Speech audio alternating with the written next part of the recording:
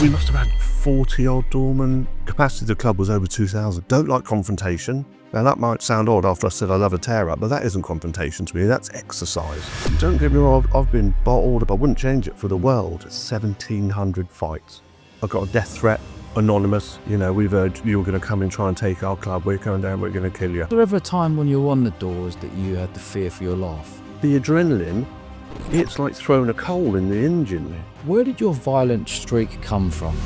I was beaten, I was abused, I was abused as well. That gives you so much anger. How many years you've been holding on to this for? Since I was...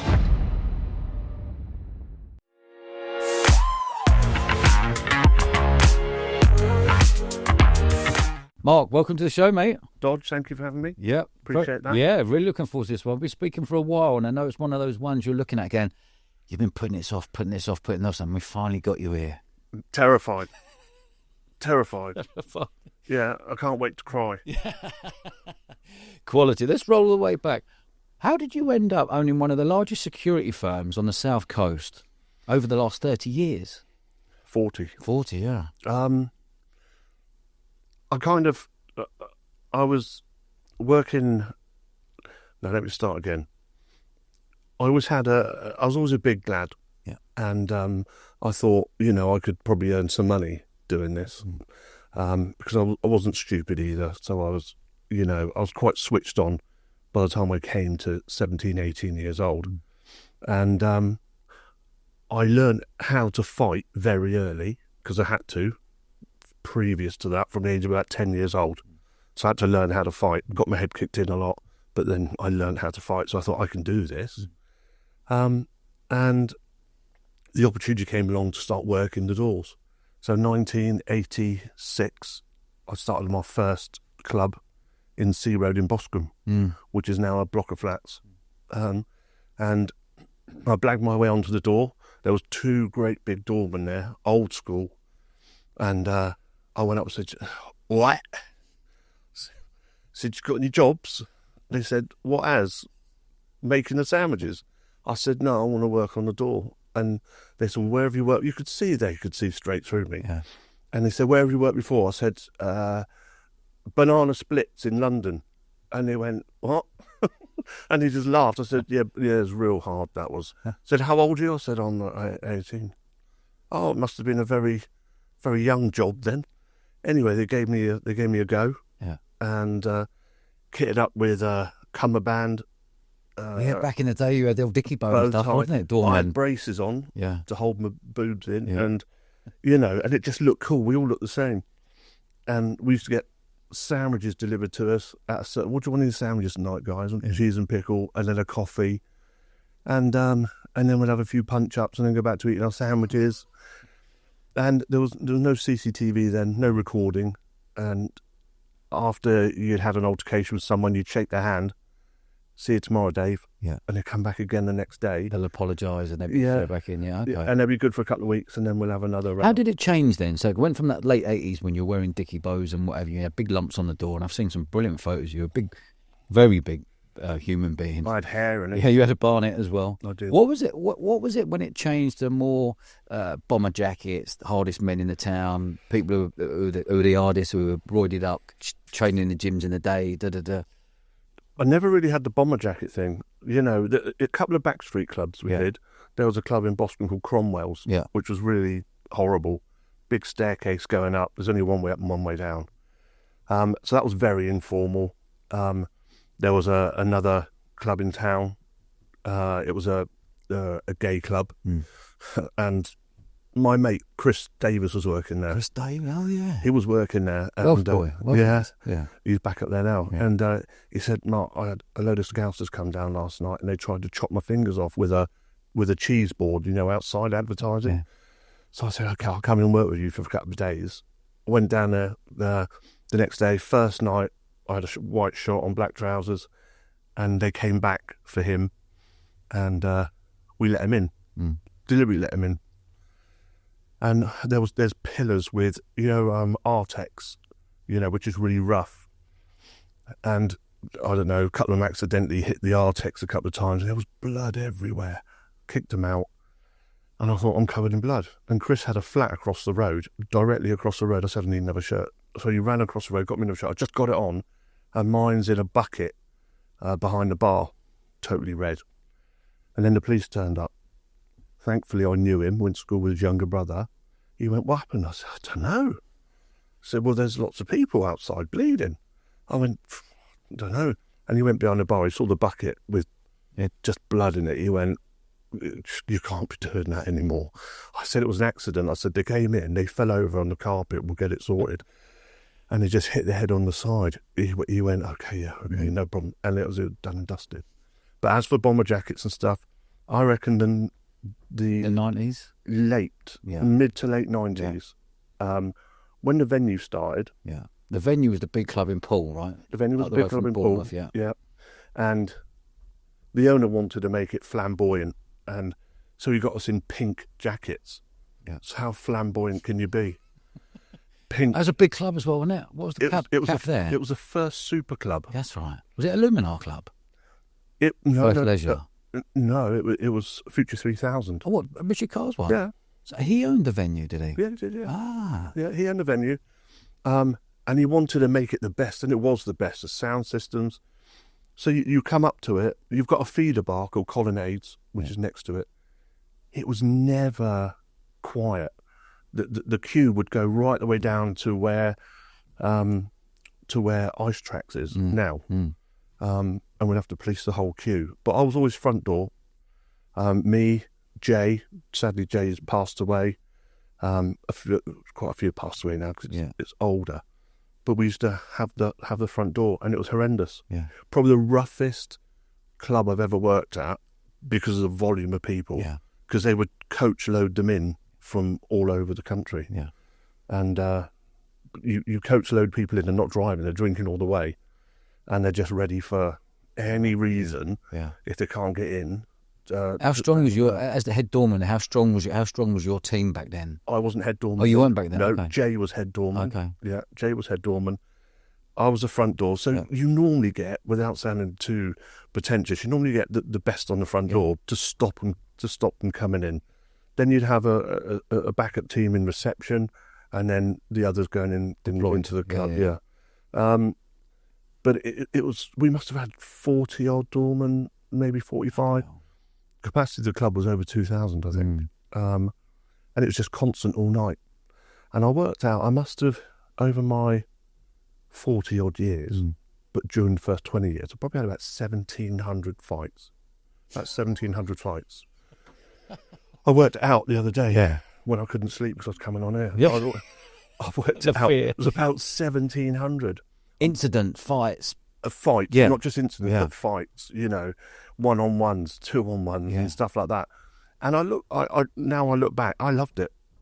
I absolutely loved it. I had no problem. I used to hate Scousers. Yeah. I don't anymore if there's any listening, but I love you all. But I used to watch Brookside before I went to work to fire myself up because I knew they were coming to be, hey, whack. And I'd be like, you were getting it. And I used to watch it every time because it was on at 8 o'clock. Yeah. And we didn't start work till gone 9. Yeah. And I used to watch it just to fire myself up because I knew they were coming. Strange times. But we had pink jackets, Serifs, I think they were called, pink jackets, bow ties, black. We looked smart. Yeah. Can you fight in a jacket? No, you can't. No. So Jay had false teeth at the front because they'd been banged out before. He's a proper tough man, Jay. Proper tough man. Loads of respect. How did Jay die? He died over in Spain, died in his sleep. Did he? He had an operation, I believe. He had an operation, then I believe there was complications, but he died in his sleep, and I think his daughter found him. Oh, okay. Lovely, though. Lovely man. Tough as old boots. Yeah. But just before it was about to kick off, I always used to know, because he used to take his teeth out and put them in his pocket, because he didn't want to damage his teeth. And then we used to go, yeah, hey-ho. And there's other times Jay looking at me, and I know, you get to know each other by your eyes when it's going to happen, when you've had enough. And there's times where Jay would said to me, not yet, because he could see, the boiling point, not the boiling point, but you're just ready. Yeah. And he'd say, not yet. And his calls were very spot on. And it probably saved us a lot of aggro as well. But we used to wind, the old Betamax tape. Yeah. We used to have a row really bad, and then the manager used to wind it back. So you can watch it. No, erase the lot. Oh, okay. So Erase delete the thing. Yeah. Okay. before anyone saw it. Yeah. Back in the day, obviously you can't do that now with digital and everything else. But yeah, we used to do that. Yeah, A lot of tapes go missing when we were growing up yeah. in the pub scene in London. And Good old James Bournemouth. Bronson, mate. Good old James Bronson. Oh, did Bronson run venue? Did he? He was up there. Yeah, Simon Potter. James What Bronson. managing it? Mm-hmm. Ah. Yeah. Bless his soul. Yeah, Lovely man. Absolutely brilliant. Yeah. And Did you get on well with Richard Carr back then? I ran his security for 8 years, so I was his health and safety manager plus security manager. What, in the early days? Yes, Future 3000 days. Yeah, okay. And I'll tell you a funny story. Is he's very obnoxious sometimes. I spoke to him the other day, but you won't mind me saying it. He's very obnoxious. Back in the day, very flamboyant. He liked to party. He wanted to be centre of attention, which made him the person he is. Yeah. And he phoned me one day and he said, "You're not doing your job very well." So on Saturday, I went, "What do you mean I'm not doing it very well?" He went, "Well, you should have done this, you should have that." I went, "Don't talk to me like that." I said, "What are you talking about for? It's very rude." He said, "Well, I'm not fucking having it. I'm not this, I'm not that." I went, "Listen, you." I said, "I'm coming around your house." And the phone went dead. So I'm driving around his house and I'm beating on his door. I went, "Come out here, you whatever, come out, I want you now." He must have seen it on CCTV. He phoned me, he said, "What are you doing?" I said, "I'm coming to get you." He went, "I'm at Twickenham." Honestly, all right then. Yeah. He said, "Can you call someone to fix my door?" Because it was buckled. Did he know how to press your buttons? If someone's rude, anyone can press my buttons. Because but you're one of the kindest human beings there are out there, who's very polite and very calm and very humble, but I also know you've got this other side to you that people don't want to see. I've got, like anyone else, Yeah. I've got a switch. Yeah. I don't like bad manners. I don't like rude people. Yeah. I don't like, I don't really like aggression, to be fair. Don't like confrontation, sooner walk the other way. Now, that might sound odd after I said I love a tear-up, but that isn't confrontation to me. That's exercise. When we're fighting, that's exercise. And it was the best thing. It was just great. It was better than going to the gym, and we very rarely, don't get me wrong, I've been bottled, I've been broke bits and pieces, but fab, I wouldn't change it for the world. I wouldn't want to fight anyone now, but back then I wouldn't change it for the world. And I could be on a single man door and still enjoy it as much as if you've got 42 people there. Yeah. But pushing my buttons, if someone's rude to me maliciously, you're pushing my buttons, and then I'm just going to go from yin to yang. That's it. And I try not to get in any confrontational situations, because a lot of people will tell you that I've been on air. Once it starts, you can't stop it. Yeah. It's like a stone. It just goes on and on and on and on and on. And I'm not prepared to see that side of me, not at my age. And what was it like having a team? What was your team like? 'Cause I know you had a solid team of men you could all rely on. What was that feeling like? Well, when I had my own security company. So we're talking like now going into the venue. When did you actually start your own security company? Was it you, Mark Smith and Chris? No, it was before that. It's 2003. Yeah. And it was me. Just yourself? Opium Security. Yeah.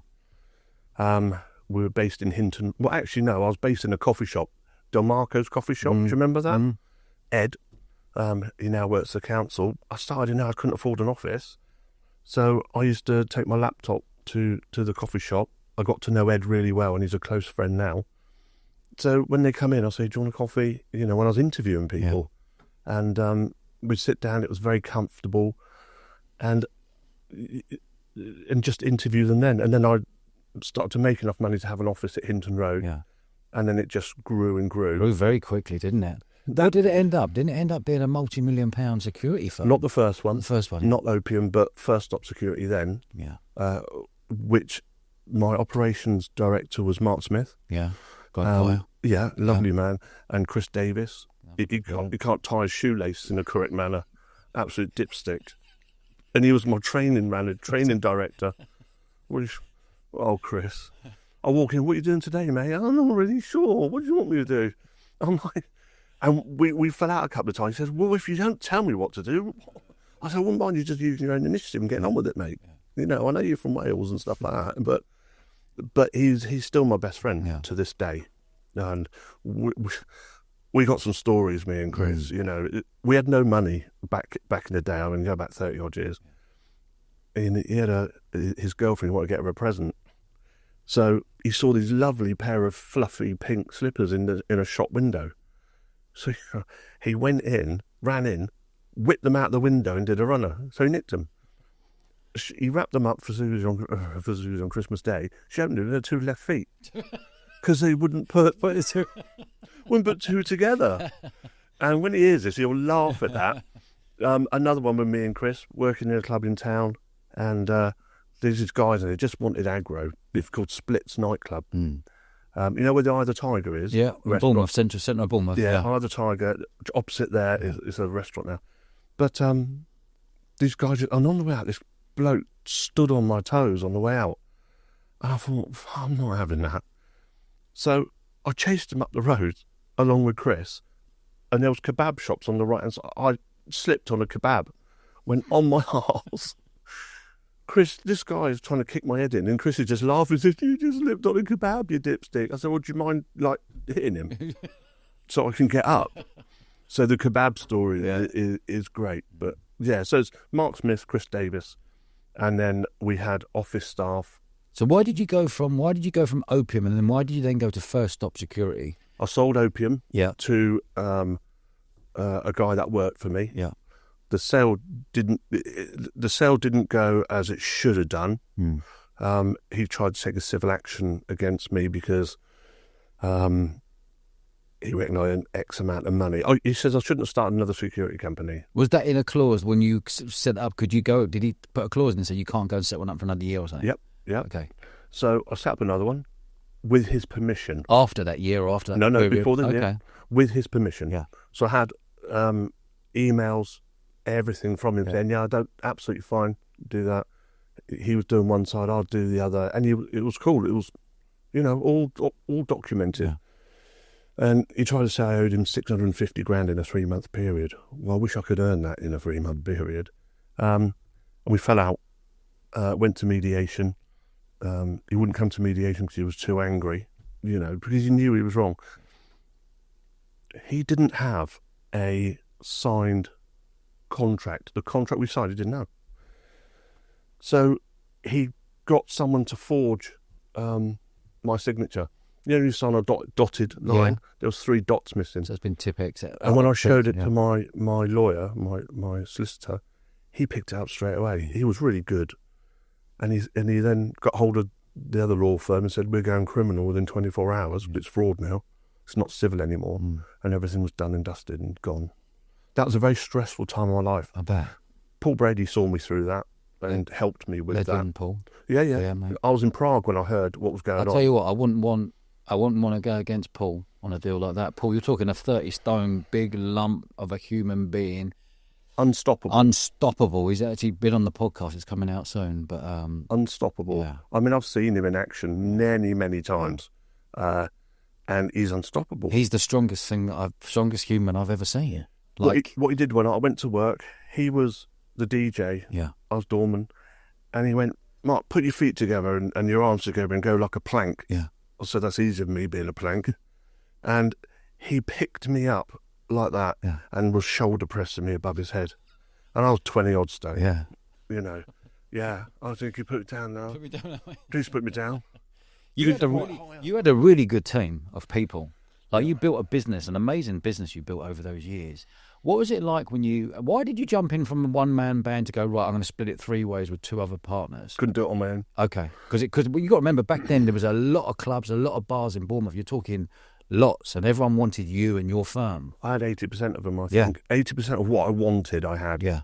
And there was a few other big firms from out of town that wanted what I had. Yeah. I got a death threat on the eve of my mum's funeral, an answer phone, a message, anonymous.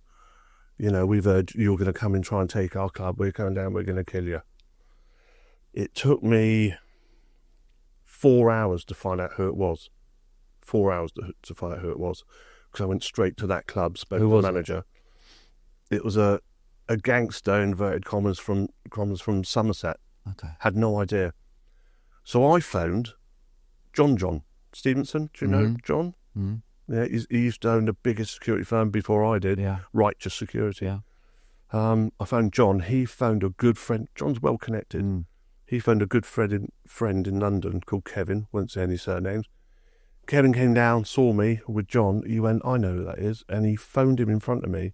He said, you absolute twonk.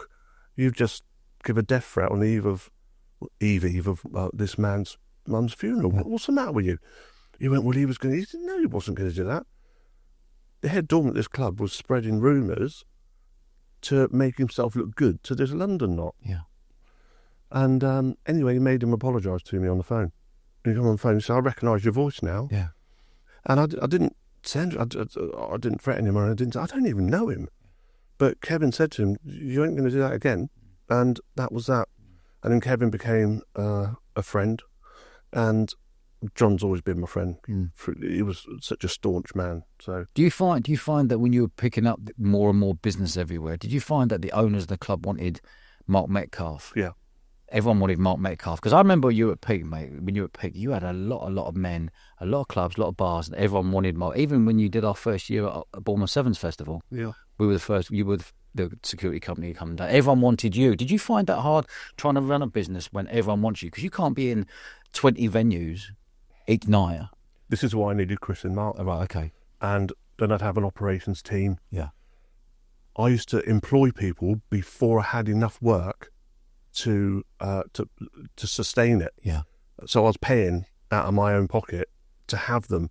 Like, we didn't have a night security team. I mean, all the way through the night.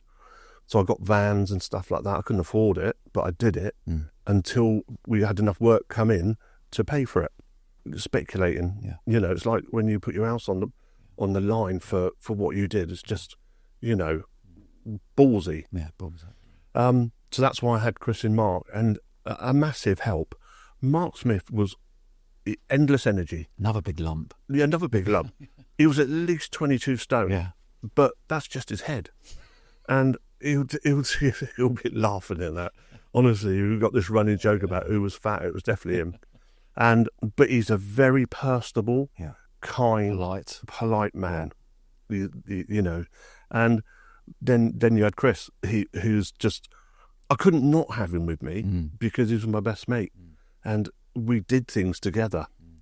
So they built a very good structured team. So they made it a lot easier for me. So I went out and got work, and I'd say, there you go, you run it. Yeah. It wasn't First Stop Security they wanted, it was me. Yeah. Because I was the product. Yeah. You're the product of what you do. Yeah. It's not just Diamond or whatever, it's you. Yeah. And you take you out of it, and there is no it. I think. I don't know what it's like for you, but that's what it's like for me. Because when I sold it, that's what happened. It went. But that's the key, to keep a business, to set up a business. I don't like operating business. I like building business, creating businesses, and putting a team in place that I can sort of moonwalk away from it. Yeah. That all of a sudden the venue owners are wanting to deal, knowing they don't have to deal with you. They can deal with Mark, or they can deal with Chris. But you being you, I understand why they would want you, because there's no one you don't know on the South Coast for one phone call away. And I know that you can find something out within half an hour. In 100-mile radius, you can find something out and know someone to open the door to go, what happened there? Who's that? Bang, bang, bang. Yeah. Well, like we said a minute ago, you know, my phone's been pinging all weekend with certain things, and they do that because of the connections. And the fact that I want to help, you know, I'll, if it's a nice person calling me, that I like respect, then I'm going to go out of my way to help them. It doesn't cost me anything. Was there ever a time when you were on the doors that you had the fear for your life? Yeah. Yeah, I don't think I showed it, but there's a fair few times I'd have a twitchy bum, honestly. Yeah. And then you get the adrenaline, so you start shaking. You've probably heard that before from other people. And people will think, he's scared. He's not scared. The adrenaline, it's like throwing a coal in the engine. Yeah. His adrenaline's going up and up and up. And in a minute, the adrenaline's going to explode. But I used to try and defuse situations. A lot of the times, if the aggressive people there, or one aggressive man or whatever, he's going to kill you and your children. And I'd look him in the eye and say, I love it when you talk to me like that. And I'd whisper at him saying, I fancy you. He'd be like, what? I said, I'm taking you home tonight. And I'd wink at him. And I'd say, come on, wait for me at 2 o'clock and I'll take you home. We'll have a peanut butter sandwich and we'll talk about it. And they either just go ballistic and fight, or they just go, you're mad. And they just walk away. Yeah. So I'd much sooner defuse the situation, than... Where did your violent streak come from? I entered the care system when I was 12. Yeah. And so my dad didn't want me anymore. Put me into called an observation assessment centre. So you go there to be assessed and to decide what to do with you. Because I wasn't really schooling. I was an angry man anyway. Mum and Dad split up when I was 4. I was on the street a lot, hanging around amusement arcades and like you do when you're a delinquent. And I think I was hard to manage for my dad, but there was no excuse to do what he did. He put my older brother into a boarding school. My younger brother stayed at home and I was the middle one. And he put me into children's home, couldn't cope with me. And that's where I learned how to fight, because it's dog eat dog. Yeah. And I used to have to I had a single room. I refused to have a dormitory. So I had a single room and I used to have to wedge my bed up against the door to stop anyone coming in. Because regular occasions, someone come in and cut you, or one lad had his watch wired up to the mains and they flicked the switch on, so his watch became electrified. Yeah. It was a tough place, that was, and I had to learn how to fight. It was on West Howe and Mandale Road, and you were dealing with the biggest families in the area because they stick all the families in one area on the council estate, they stick them in one area, and it was hard. It was hard, and I was fighting all the time, and that's where I learned how to fight. But then I was beaten a lot as well. I was beaten, I was abused, I was sexually abused as well. And that has so much anger in you. It gives you so much anger. This is why I didn't mind getting rid of that anger by doing that job. But then I got fostered when I was 15 years old. A lovely family. Ex-policeman and policewoman from the East End who had moved down here. They had an older son, Alec, I give him a mention because he's still around. He was a mentor to me. And I got into the Sea Cadets because they were heavily into it. I was part of a national gymnastics display team. You wouldn't think, looking at me now, I can do a roly-poly now, that's it. But we were doing somersaults, everything. And then I joined the Marine Cadets, which was the next step up. And then I joined the Army. I bet you didn't know I was in the Army. I didn't know the Army. Yeah, 1983 until 1983 I was in. 1983 till 83. 3 weeks I was in. I ran away 3 times in 3 weeks, crying. I used to jump out the window and run across the fields at Aldershot, that Buller Barracks, and cry on the train, bunk on the train on the way home. I was brought back 3 times, and then the captain said, you're obviously not suited to army life. I said, no, I don't like it. Can I go home? He said, no, go and report to Corporal Tiny in the guardhouse. And I got there and all I heard was this boom, boom. Corporal Tiny turned out to be 8 foot tall. He said, you have to go in a cell, you're staying here the night. I said, I don't like it. It was dark. I said, can you leave the light on because I don't like the dark? And he's looking at me thinking I was a wally. He said, I suppose you want a sandwich and a cup of tea? I said, yeah, Marmite please, and a cup of tea. And he was lovely, and then I got discharged. I tell everyone that story because I don't want anyone to think... The first thing people ask you is, were you military? And I say, well, I was, yeah, for 3 weeks. Because I'm not going to lie to anyone. There's so many liars in this world who would have said, yeah, I was in this, and I was in the Marines, I was this. No, I wasn't. Yeah. I wouldn't have lasted 5 minutes, Dodge. Wouldn't have lasted 5 minutes. Do you know when you said, like, we go back to your violent streak in there, and even though you went in the army there and you said, look, I actually don't like the dark. Is that come from the care homes when you got abused? Yeah. Yeah. Yeah. Have you ever dealt with that? Nope. I've had loads of counselling. You have, okay. Oh, God, yeah. Psychology, psychiatry, occupational therapists. How would you explain a care home? Different to what they are today. But explain it to the So listener many- and watcher. What is a care home? What does it look like? Who's in there? Right, well, Who was abusing you? Were you scared at night? What went on? the police took me there. The police took me there when I was about 11, handcuffed me, because I didn't want to go. So they handcuffed me, one on one wrist, and to the car. You wouldn't get that now. No. Wouldn't be allowed. I didn't have any clothes or anything, and we stopped outside the entrance to the children's home. I was thinking, where am I going? What am I doing? You know, and I was scared. And we had to walk up the path, and there was a big window, and I can see it now, obviously. Big window, which was the kitchen, and all the kids were looking at me coming out the thing. Went in there to reception. They said, "Do you want anything to eat?" I said, "No, don't want anything. Don't want anything. Do you want to go and sit with everyone?" I said, "No, I don't." So he put me straight in my room, and I must have stayed there for a couple of days. And they bought me some food and stuff like that. Yeah. I want to go home. You know, I've got my little brother at home, and you know, my dad's at home and stuff like that. And it was just, yeah, it was horrible. And then you have to have the lights out at a certain time, so then you've got the dark. Yeah. And sometimes you'd turn the lights out before and just sit there in the dark because you didn't want anyone to know you were in your room. We could have one bath every 10 days. That was, you know, you couldn't, you know, it wasn't, you couldn't have it all the time. It's very, very relaxed, but the eyes were on you all the time. Yeah. This is why we used to run away a lot and do silly things and then get brought back by the police and things like that. We were feral.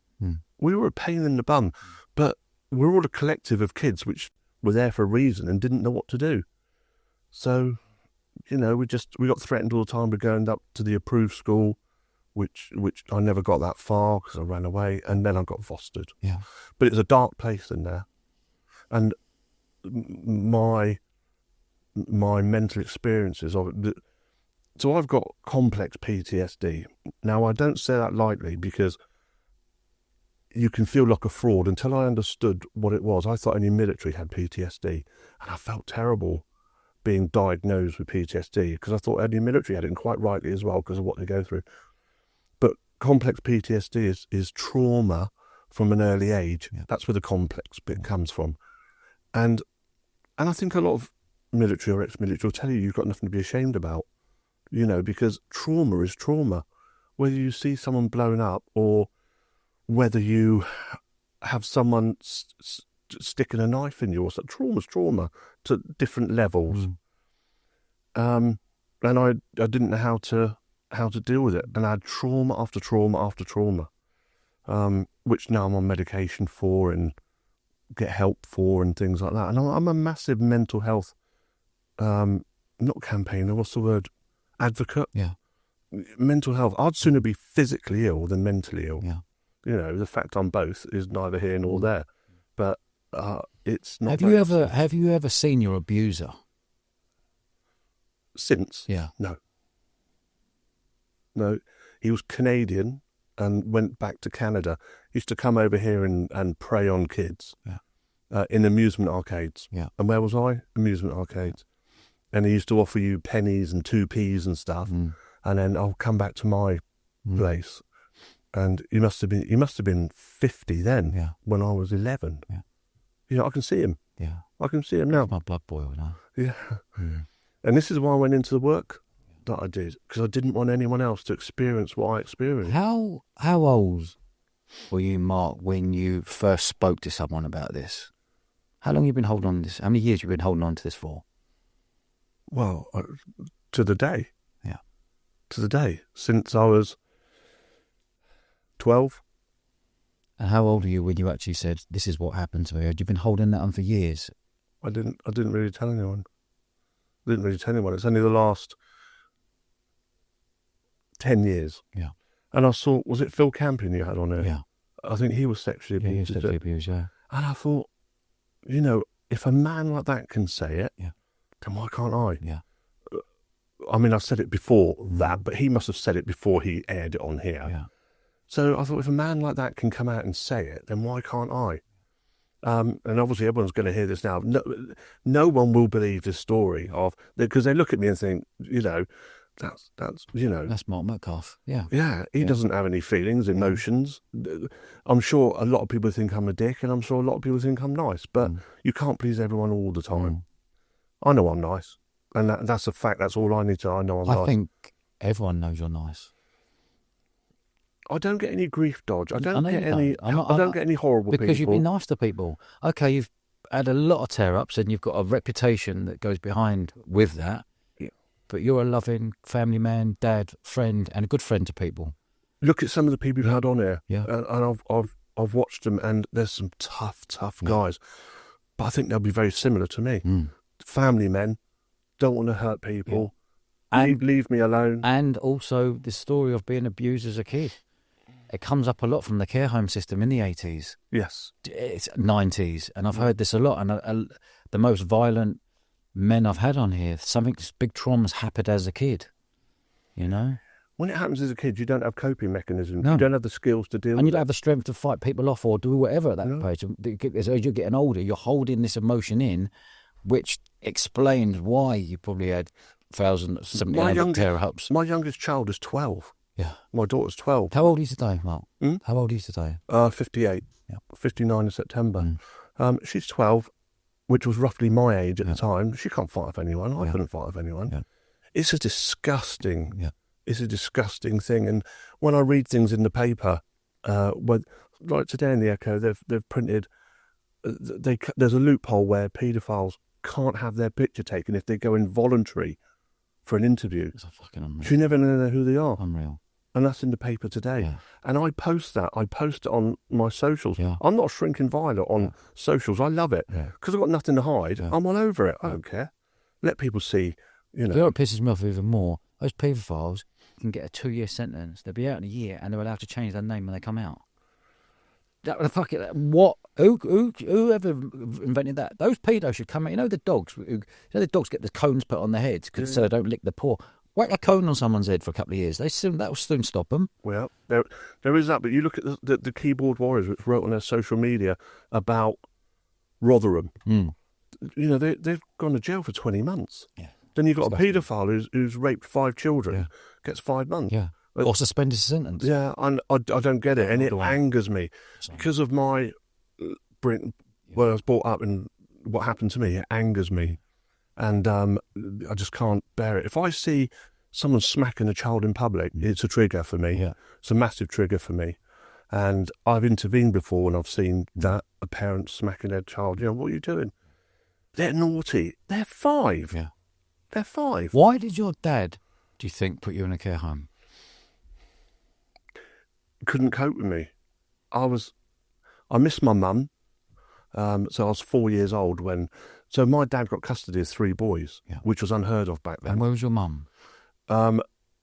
She moved to Lower Partston. So my mum's family come from a traveller family. Yeah. They're all travellers, big family. My dad was a public school boy. Yeah. I don't know how that happened, opposites. Yeah.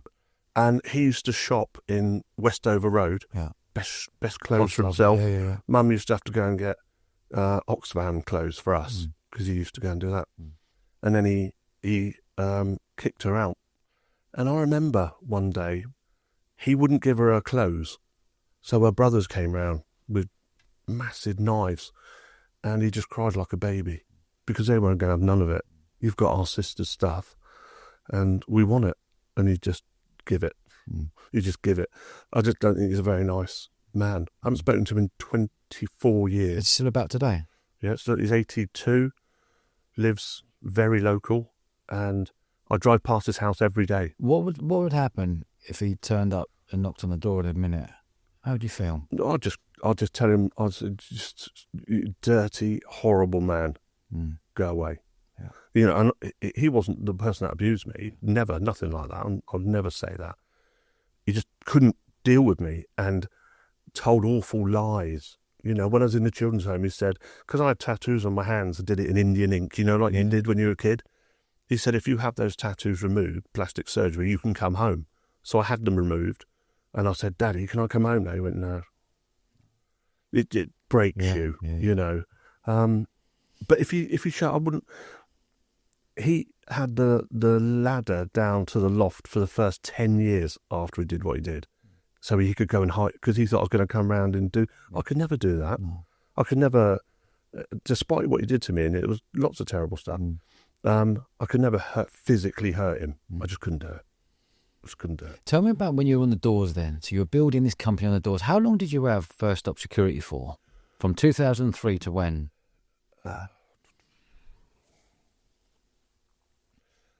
No, I started it in 2003. Yeah. And then sold it in 2006. Yeah. Started it in 2006 then, First Stop Security. So you went again? Went again. Okay. And that was when the nearly went to court and everything else. Yeah, went again and went big. Yeah. Much bigger than opium. Yeah. Went big. Because how big did First Stop Security get? a couple of hundred. Yeah. A couple hundred men. Yeah. Wow. Men and women. Yeah. Big. I mean, for a small area, that's big. Yeah. So you couldn't go anywhere without seeing a branded tie. Yeah. And we were very strict on what we wanted. These days, you see doormen smoking on the door. Drinking pints on the door. You know, we used to do that 30 years ago, before licensing came about. But to see it now is disgusting. I think there's 2 firms in Bournemouth which I would recommend to, say you said, Mark, if you said, Mark, who would you recommend? There's 2 firms and that's it. You know, and I'd stand on them as well. And I give them work. I give both of those. Name the firms? Aegis. Yeah. And Vanguard. Vanguard. So shout out to both of you. Shout out to those lads. You know, because, you know, they're doing a good job. They're doing a great job. Vanguard's been around a long time, even when I had First Stop, and he was my main competitor. I hated him. He was a young, good-looking kid. Jordan Mooney. Yeah, okay. Young, good-looking kid. If you're listening to this, mate, you'll love it. He was better looking than me. He was fitter than me, but he was newer than I was. Yeah. I'm a lot older, so he was still learning the ropes. Tough guy, a very tough man, and it's only the last 15 odd years that we've become friends, and I recommend him for work. Yeah. And then Aegis, which is shout out to Steve Ashby. He's got, I think it's Bournemouth Football Club. He's Sandfest. I don't know whether he does yours or not. No, great guy. Not from around here. Very well connected. He's helped me out a couple of times when things have gone Pete Tong with a couple of his doormen, and I had a phone call from up the road in London saying, he did this, he did that, I want to know this, or we're all coming down. So I put a word out, I want to know who owns Aegis Security, because I didn't know Steve then. And I got a phone call in 10 minutes, said, hi Mark, it's Steve. I said, my name's, he said, I know who you are. I went, listen, I need to know what happened here, because he's not from around here. He lives here now, but he's not from around here. So we've put a call up the road, and they're going to come down. They would have come down as well, just to be a nuisance. Anyway, he looked on the CCTV for me, and he actually sent it to me. And it wasn't how it was. It wasn't. It was the guy's fault who was meant to have been hurt. He did get hurt because it was his fault. Yeah. So that's how, and I'll stand on Steve all day long. What other firm? Have you had any other firms come and try to nick your business from Bristol, from London, or anything like that? Oh, very. Yes, I have. Two lots. You have? Yeah, I won't mention names because there's no point. But yeah, Bristol lot and London lot. And I had sit-downs with them. And I said, fuck you. You'll have to kill me. You're not having it. You're not having it. And it isn't me being brave. That's me work really hard to have what I've got. And I won't be bullied. I won't be bullied. I won't be bullied by anyone. You know, and that's not being tough. It's in me. I wouldn't be able to sleep at night. So if I'm involved in an incident on the door and I didn't do what I should do, I wouldn't be able to sleep when I get home because I'd feel like a waste of space. One of them said, oh, no, we were only joking. You know, it's because I didn't fold. They said, no, we were only joking, Mark, rah. You weren't joking at all. It's just that I didn't fold for you. And the Bristol lot, that was a little bit more difficult, but I respect one of the guys that I sat down with very much, not the other one. I respect him very much. And he didn't try to nick the business. He thought that I owed it to him because there was a favour done. But we did stuff, you know, we get on well now. I'm still in contact with him, and he's a very, very tough man. Very tough man. What did that feeling feel like when the phone call come in? How did it all happen? What, the death threat one? Yeah. Idiot on the door at this bar. Because all the London lot used to come down. We're talking London, like faces. Yeah, yeah. Yeah, okay. With rubber gloves on. Yeah. Because they all come down with shooters and stuff like that. And they used to just go in there and help themselves to... Everything was free. You know, used to get the girls, and there was cocaine going off the tables and everything. And this idiot doorman who wanted to make a name for himself, I still know his name now, told him that I was threatening to go in there and take over the club, and absolutely not. Wasn't interested. It was a place which I wasn't interested in. And he was riling them up, and that's when I got he gave him my number, and that's when I got the phone call, which I was asleep, and I got it when I woke up in the morning. What's that feeling like now you've had a phone call and a death threat on your head? I was angry. I was really angry, because I know that I don't roll over, so it's either all or nothing. And I was angry. I wasn't scared. I was angry. And I remained angry until John did what he did. And then Kevin intervened and put the phone call in for me. Because Kevin is like, you know, he's just not top of the tree, but he's very, very well known. He didn't have to do that for me. He did it more for John than for me, because John asked him for a favour, but I've never forgotten. Is there any incidents that really spring to mind when you're having tear-ups, that something's properly kicked off and it went on for a lot longer than you thought it would do?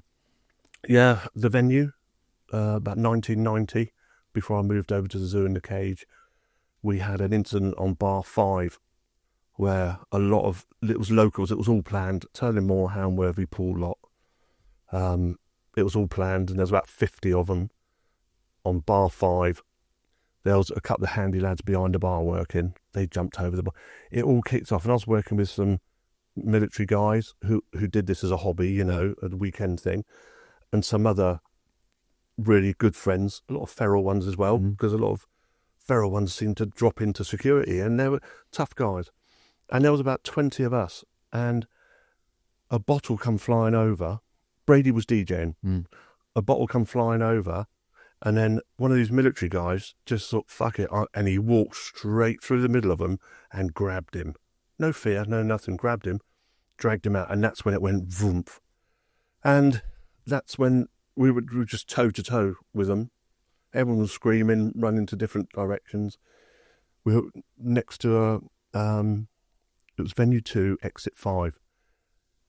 And you go outside the main club, but inside, but the fire exits is concrete. It's just pure concrete, the steps down.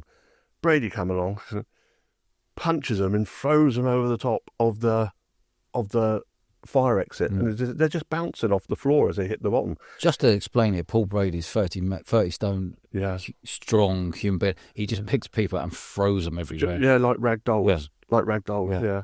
And if it wasn't for him, it would have been a lot harder for us to have controlled that situation. Yeah. And he just kept doing it one after the other. And he was taking out the toughest people. And there's a family in Poole, which not so much now, but then, who were a very well-known family. What were they called? They were called the Longs. Well, I think it was Steve Long, Gary Long. Bless them, got no issues now. I think a couple have passed away, sadly. Yeah. But they were a tough family, and they knew how to fight. And so it was a hobby for them to come down at the weekend and have a row. And it was our job to make sure it didn't ruin everyone else's night, obviously. So, yeah, it was tough. But thank God Brady was there and a few other really tough people. Yeah. Have you been around and seen a lot of drugs in Bournemouth over the years? Yeah, I have. Yeah, I mean, I first started off doing raves in Walthamstow. Yes. It was to go from here in the back of a van. It was horrible, up to Walthamstow. And I was more of a... East London. Tough place. Yeah, I think it was a canal next to it. Yeah. There's a warehouse in a canal and a skate park. You know it better than I do up there. And we used to, like 10 of us in a van to go and subsidise what they had there. And we get there and there was these enormous black guys on the door, scary as you like, with dogs and all kinds of stuff going on. But if you think there's no tickets, you pay as you go in. So there's tens of thousands of pounds. So there was guns there and stuff like that because they could have been robbed. And I was just an eeny, meeny, miny, mo back then. I just went in and it was when it was still smoking inside. You couldn't see anything. And I swear I was off my tits most of the time, smelling that stuff. It was disgusting. And we used to get paid 30 quid or something, back in the van and go home. But they did the real work, these guys. But going on, drugs in Bournemouth, yeah, massive. To the point, some venues we used to put Vaseline on the toilet lids and on the seats. So you couldn't put the cocaine on there and sniff it. And the police were very proactive then. Not so much now, sadly. It's all changed, but that's a different story. But drugs, massive thing. And then when it went over to 24-hour licensing, it just killed the industry. Yeah. How did you see the industry go from when you set up your security firm? Because this place was flying for years, wasn't it? And how have you seen it change to where we are today? If you think a lot of people now who are unemployed can get a free license. Yeah. You just go, SIA badge license? Yeah. Get an SIA badge license. And I don't knock it, fair play. They want to work, they'd sooner work than be unemployed. I get it. But it's not as easy as that. My son, Charlie, wanted to do it. I said, you're not doing it. You're not doing it. I said, you're a big lad and everything, but you're not made up for it like I was. You're a thoroughly nice person. And, I just didn't want him to do it, and he won't. So when we talk about the knife crime at the moment in the UK and especially in Bournemouth, it's gone through the roof. Yeah. Back when you do it, there wasn't many knives floating around. No. Not like it is today. What's changed? Why is there so many knives all of a sudden? This is really sort of the last 2-3 years. The knife crime's gone crazy. Yeah, because there needs to be a higher penalty for carrying a knife. Agree. If you look at, you carry a gun, it's minimum 5 years. Make it 5 years. Yeah. It's still a weapon that kills. My friend Amy Gray got killed on Bournemouth Beach. You knew Amy, did you? Yeah, very well. Oh. Yeah, very well. And, to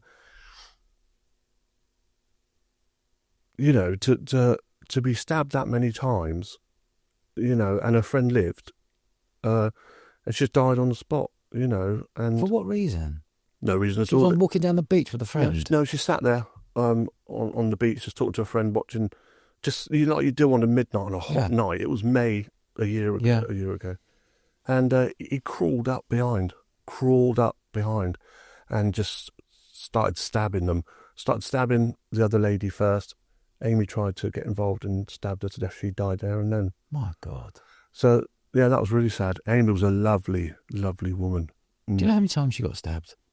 I think it was about 16. Oh, my God. But the other one was much more than that. The one that survived was much more than that. Really? Yeah, don't quote me on those numbers, but it's something like that. Have you seen the girl who survived since? No, I don't know the girl. No, okay. No. She would have trauma for the rest of her life. Poor thing. And Amy's family.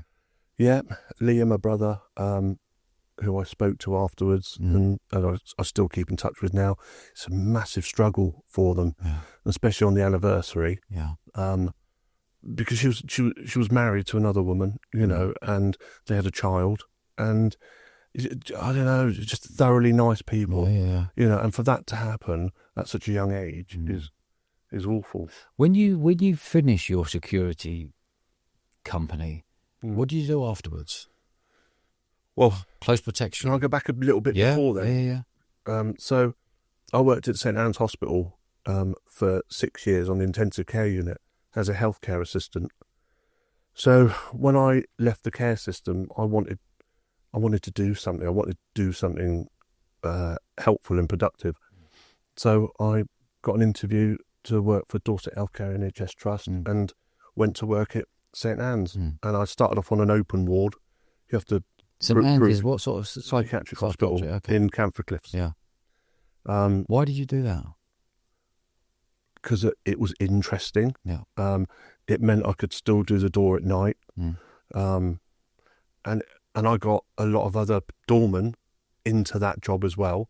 One's a doctor now.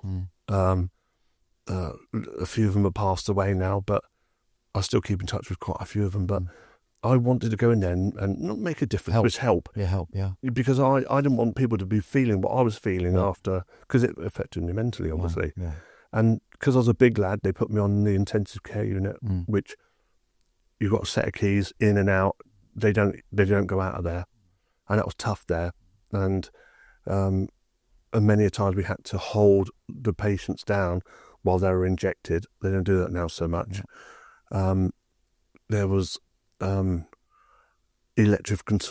ECT, where they used to, with the severe ones, they used to put pads on them and shock them. They're not allowed to do it now, brainwaves. So I just have to hold them while they'll be like that. Oh, God. And they don't do it anymore. And that there is not very nice to watch either. Yeah. But I felt I was doing good by working there. And when I left, I got a lovely glowing reference from the senior clinical nurse. And, I would have stayed there, but I started having children and I couldn't afford to. It's the worst paid job ever, but not the best job ever. It's more of a vocation than a career. And when you went into security, celebrity security guarding, what was that like for you, travelling the world? Tell me some places you went to or who you looked after. Well, I started off, I managed to get the national contract for W.H. Smith's. So all the book signings, about 500 a year, had them. So I had to reach out to different security companies all up and down the UK and engage their services to do the book signings. I used to do a lot myself. So I could meet the managers, the authors, the people that look after the celebrities. Because I knew what I wanted to do. I wanted to get into close protection. And that's what opened up the doors for me. Brilliant.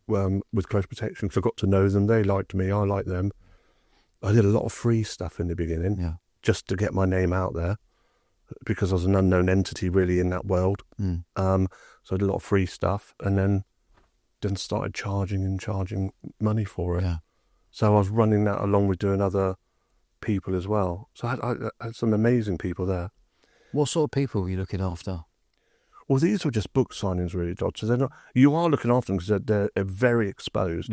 And you get loons throwing acid over people and stuff like that. So here's Tom Daly, Katie Price, what was the husband? Peter Andre. But there was hundreds. I can't even name. So I was doing that for about 4 years. Some of them were a pain in the bum. Some of them were really good. Justin Bieber, God, wow. What was Justin Bieber like? Horrible. So we've been out all day, and when you come back, the production team have a buffet ready for you. He went and sneezed on the whole lot, so no one could eat it. It was like that. I got my picture with him, obviously. I got a picture with everyone because then I'd post that up and on my website and stuff like that, just for the profile. But no, it wasn't very nice. What did you enjoy travelling around the world? Did you do any close protection around the world? Only spending a bit of time in South Africa and West Africa. 12 years on and off. With ultra high net worth person who I still speak to weekly now. And if he needs something, he'll always ring me first. He's a pain in the ass, to be fair, but I suppose he's earned that right to be a pain in the ass. But he's also a very lovely man who's helped me out a lot. So he's out somewhere else at the moment. But yeah, West Africa. And that was for 12 years. And then a local guy here for 15 years. So they overlapped because I was part-time with one and whatever. So 15 years with my man here, who's turned out to be a really close friend, like family now. But now retired. When I was 58. Yeah, good for you. Yeah, I didn't want to do it anymore. You done your stint, didn't you? I lost all interest. I lost all interest, and things started to go wrong with my body. I've got arthritis, and I've got all kinds of things going on. Nothing that's going to kill me, but stuff that hurts me. And I'm in bed by 10. I don't want to be up any later. Can you name any of the clubs and venues you really enjoyed doing in Bournemouth when Bournemouth was at its peak? It was mostly all Richard Carr's stuff. Because he had the most clubs. When a club was a club, and not just a late bar. So you're up until 6 a.m. or something like that. And so you had Slam. Do you remember that? You had Slam in Urban, Urban was downstairs. And these were all clubs and bars which were way ahead of their time. Where the sound systems, the lighting. He just had a knack of getting it right. I think Richard Carr created the nightlife in Bournemouth. Yeah, 1,000,000%. Without a shadow of a doubt. And even having the brains of calling it Future 3000, because he brought this whole London style into Bournemouth all of a sudden with amazing bars, with thousands of people going through, and then feeder clubs, and then another big bar and a massive club. Everything was big and the best. And then he had the Slinky brand. Yeah. That travelled around the country. Yeah. I remember he turned up. I had a club in Leicester. We had 12 nightclubs at peak all around the country at one point. And I remember he turned up. I didn't know who he was. This guy turned up, flamboyant, bright suit. He turned up in a red Ferrari. Yeah. With number plate Slinky. Yeah. And he got out of the motor. Everyone, all us looked like, who on earth's this geezer here? Like, I didn't know him then. This was like 2002. Yeah. So when I moved down to Bournemouth, I actually realised, that was him. Yeah. Yeah, he was sort of like the showman. Well, don't forget, because he's been honest, started off with Wimpy. Yeah. And then diversed over to clubs. But so there was Slam, Zoo and Cage. Yeah. But we had Clouds and Zigzags before that. Before your time or not? Before our time. So where Cameo is now was Zigzags and Clouds was round. And what are the two big venues you had up the road from Cameo? Do you remember? Bliss and Toco. Bliss and Toco, that's right. So Bliss and Toco, the busiest places in Bournemouth. His bars and clubs were the busiest. Yeah. Because he knew how to do it, and he wouldn't skimp on costs and stuff like that. Why do you think Richard Carr? How would you explain Richard Carr? Because you mentioned his name. He is Marmite when you speak to different people. Why do you think that is? I think the older crowd, there's two sides to Richard, as in business wise. There's development, and then there's nightclubs. You'll get more people saying nice things about him nightclub wise than you would development wise. But when Richard went bust years ago, people forgot that they earned millions from him. So when he went bust, he obviously going to get debtors or creditors, and that's when the hate comes about. If he's in the Echo one day, look at the comments. The comments are really bad, aren't they? It's just really hurtful as well. Yeah. I get it that people lost money. I get it that people lost livelihoods as well. But I think a lot of those people also made a hell of a lot of money during the time. Going on to the nightclub side, all you see Richards is a flamboyant, bright purple suits, yellow shirts, looking like a cabbage, and he's just hilarious. But we were all on our toes. And when we knew he was on the way, we used to get the eagle has landed. Yeah. That was it. The eagle has landed. And we'd all be shitting ourselves. Everyone had to be on point. And, we were all immaculate because we loved what we did. We were all immaculate. Great attention to detail. Yeah. Yeah. Didn't he? He would only have a certain bar staff. Yeah, certain bar staff, certain security. Yeah. Yeah. He wanted the best security, the best bar staff, and the best managers. And he had all of that. He had all of that. And he didn't skimp on cost. Have you ever done any debt collecting? Occasionally, but it's not my thing. Yeah. I don't like it. Yeah. Because you never know what the truth is. I will not go and collect money unless I know it's 1,000,000% owed. Yeah. Because all you're doing is putting it on someone who might not owe it. Yeah. No, so it's not my thing. Probably once or twice. Have you had anyone due you a lot of money who hasn't paid? No, never. Never. Part of what I did with the security, I used to go around in every Friday or Saturday night, or Friday and Saturday night. I used to go around all the venues and see the owners or the managers and ask them if they were, are you okay? Anything I can do? Any bad situations? Can I improve anything? I used to turn up in my Range Rover. I was smart, shirt, tie, jacket, everything. And I used to collect money. I used to say, well, as soon as you're happy with everything, you owe me money. And they used to pay it there and then. And then when I used to go to Richard once a month to get his money, do you want to come back a bit? Not really. No. And it was a game with us. Yeah. And he used to write the cheque and pay me. I was never taken for any money whatsoever. I wouldn't have it. Have you ever kidnapped anyone? I have no idea what you mean, but what does that mean?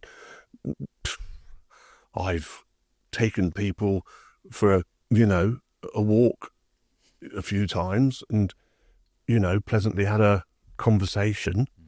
But no, who would do that kind of thing? But it's, there's some horrible people out there. There's some horrible people out there that sometimes need stern talking to. And I've had a stern talking to a few people before. Do you ever? Did you ever carry anything over the years? No, never. Never. Carried a weapon of any kind. I didn't need to. Yeah. I was pretty good dodge, to be fair. No, I was pretty good at knocking people out. Yeah. You know, or there was Slam. Slam used to go, Urban used to go downstairs, and the doorman were being punched all over the place downstairs. This guy is big. And I went down, I just took his airway. Yeah. And that was it. He was on the floor. I said, right, now you can get him out. And I remember that as like it was yesterday. But you don't always have to go in there as heavy, you know. And it'll be as much say, you're going, whatever, you're going. So it's up to you. Yeah. And then it's their choice what they do. But no, never. How have you seen Bournemouth change, Bournemouth town centre change over the last 3 or 4 years to how we all know it? Well, I live in Bournemouth town centre. So you can't go out without smelling weed. You can't go out. I taught my daughter from the age of 4 what a crackhead looked like. And I used those words so she could avoid, you know, and she'd point them out to me. Still does now, bless her. And or people which she doesn't seem right. Daddy doesn't seem right, or she doesn't seem right. It's changed phenomenally. Yeah. And obviously with the hotels, I think it's 4 hotels now full with migrants. Yeah. They're walking around town in the middle of the summer with puffer jackets on, denims, boots. Menacing. Yeah. It's menacing. It is very menacing. I wouldn't have my daughter, I don't have a daughter, or my wife, or any girlfriends going into that town centre. No. But a shadow about, no. Even a bloke, I go down there, it's menacing. I'm on guard. I walk through the gardens, I'm seeing groups of people, crackheads, I'm seeing group of people who've been robbed, I'm seeing menacing men everywhere. Yep. I've seen all these different languages. It is just unreal. It doesn't matter how tough you are, or you think you are, or whatever. Agree. If there's enough of them, you're done. You're done. Yeah. You know, and if life doesn't mean anything to certain people, you're certainly done. They won't care. It doesn't even have to be a big knife, you know. You know, round the back, kidneys, whatever, and it's over. Yeah. And it's happened so many times in Bournemouth. At least once a week, there's a stabbing in Bournemouth. And the police say, we want to encourage tourists to come here because it's a safe... No, it's not. Where are you living? Look at what's just happened to Lorncastle, you know, because he swore. Yeah. You know, that's disgusting what they've done to him. And they sacked him. The guy was carrying a knife. You've seen the knife? It was that big, double-ended knife. Well, on one side, it was like a Stanley knife, and the other one was a big blade. Yeah. But it's because Lorne called him a few names. Yeah. But let me tell you, not that much of a name. He called him a bitch.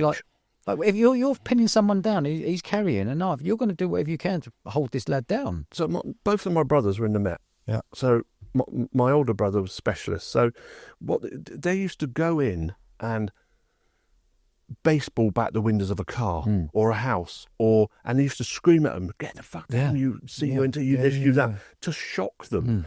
Because then they're stunned. They don't know what to do. That's the way.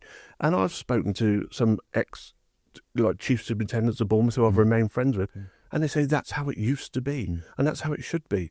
Look at what happened to those airport police. You know, all it was shown was the policeman stamping on the guy's head, but there's more footage been released now of this guy punching this police woman in the face and headbutting and breaking her nose, and they still haven't been nicked. It's going on now. It's going now, but you're talking a year later. But only because of public outcry. Yeah, but what my point is, why are people not just getting nicked straight away? You got Lucy Connolly, who's been banged up for 32 months, 3 years, for writing a tweet that she deleted a couple of hours later. Look, it's just disgusting. But just deal with Dorset police at the minute. They've lost the plot. Yeah, it's not the police officers on the ground, and I'll say that all day, and I do say it on social media. You know, they do a decent job with the tools they're given. Yeah. It's middle management. You know, Lorne got grassed up by 3 other coppers. Yeah, but they had 7 months experience between them. Yeah. So they've been told they wanted to look good, so they grassed him up. Yeah. It's disgusting behaviour. Yeah. It's just, you know, and ruined his life. He'll be fine. And the public support that's come out for Lorne is unbelievable. Massive. It is unbelievable. I did a post on him. He's got over 1 million views in 24 hours. Like, it's nuts. Yeah. It's nuts. That's just on one channel. The other channels are doing 750,000 because the whole nation are behind supporting him. Because he's a thoroughly nice person. And hard as nails and humble and kind. But he gets a job done. He's a cage fighter. He's a cage fighter, I know. You know what I mean? Look at the damage he could have done. Yeah. He didn't bring his spray out, his taser, or anything He else. didn't punch him. No. Didn't do any of that. He put his hand on his face, whatever. But so what? Yeah. What do you want? So is there an answer? If there's less and less police in Bournemouth, and the police who are out there trying to do a good job on the streets, but again, I'm on 35 grand, I've got kids at home, I've got a mortgage, something's going to kick off there. Do I really need to go and get stabbed or getting involved in that when I've got a family to feed? If I do the wrong thing, I might get sacked. A lot of police officers now, since I did that one with Lawn Castle, police officers have tapped me on the shoulder going, brilliant interview, fully support you, fully support Lawn. I said, would you go and do an incident? There's a lot of incidents I don't want to go and do. No. What do I want to do? Go home and I've got to write a massive report. I might get nicked. I might get sacked. I might get punched. I might get spat at. And I've got to go home with my family. I've got to pay a mortgage still. But a lot of them will still do it because it's a vocation. And they'll get in there and they'll do it. But the thought of... But I'll lay you money if you asked. I'd love to see what percentage. You go, I'm stuck in. Yeah. We're a very small percentage because they don't have any power. Yeah. And they're going to get into trouble. They're going to get into trouble. Rather get hurt or get in trouble Absolutely. with the bosses. No, I get that. And a load of good officers have been sacked for being in a WhatsApp group. I know. Come on. I mean, go back 25 years, you know, you text someone something and it'll be funny. And now they'll dob you in. They'll forward the message to middle management. Mark, are you happy today? Am I happy today? Yeah. In general? Just, are you in your life now, you're retired, are you happy? I'm happy to the point that when I retired, I couldn't really afford to retire, so I've had to tighten my financial belt, which I don't mind. I've had a good life in security, a very good career. I'm fairly well known. I can pick up the phone to various people globally, so I'm very lucky with that. I still get people text me saying, "How are you, boss?" from 20 years ago, which is very, very humbling. Am I happy? Yeah, I am happy, Dodge. I've got things going on mentally and physically, which I'm getting to the bottom of. But in general, I'm happy. In general, mate, I'm happy. And I'm very humbled. And, you know, my whole reason and being are my 6 kids. Yeah. That's it. From the age of 32 down to 12, that's it for me. Yeah. Nothing else. They come first. Anything else is a bonus. Yeah. So I want to say, you know, now, thank you to all of them. Love you to bits. And you are my driving force to remain on this earth. Yeah, amazing. You're my driving force. And I'm proud of every single one of you. Mark, I've really enjoyed this chat. Yeah, thanks, Dodge. It took me a bit to get on here. I know. But I'm really, really glad I did it. And I thank you for that. Yeah, you're a good man. You're like a lot of people. You're a beautiful soul. And gosh, you're a good friend. Yeah, I do too. Yeah. I appreciate it. You're a Thank good man. you. Cheers, Mark. Thanks, good Dodge. man. Thank you. Thanks for watching, guys. If you'd like to see someone on the show, leave a comment below. And if you haven't already, do us a favour, show us a bit of love, press the subscribe button, and it allows us to grow the show even bigger and bigger each week. Nice one.